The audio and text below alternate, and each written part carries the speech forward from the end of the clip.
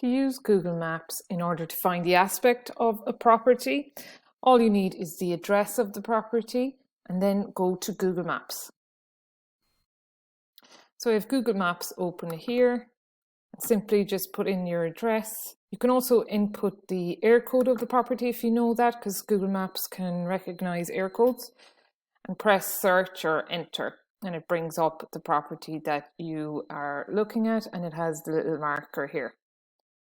So next what we do is we click on satellite to get the satellite image, and we can see the marker there of the property still that we're interested in. So if we use the zoom in button here on the right hand side, we can zoom a little further to make sure that we're looking at the front of the property.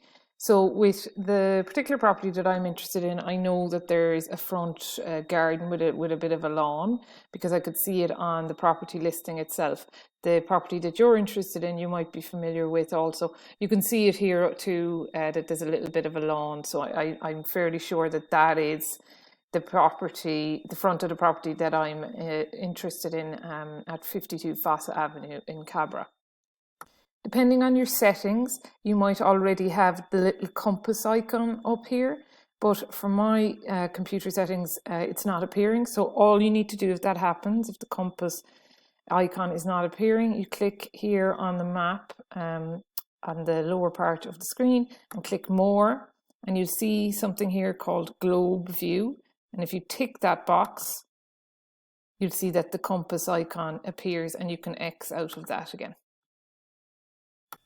So if we look at the compass icon, obviously this is north, this is south, this is east, and this is west. So in relation to the property that I'm interested in at 52 Fossa Avenue, it's very clear that the front of the property is facing south and the back of the property is facing north.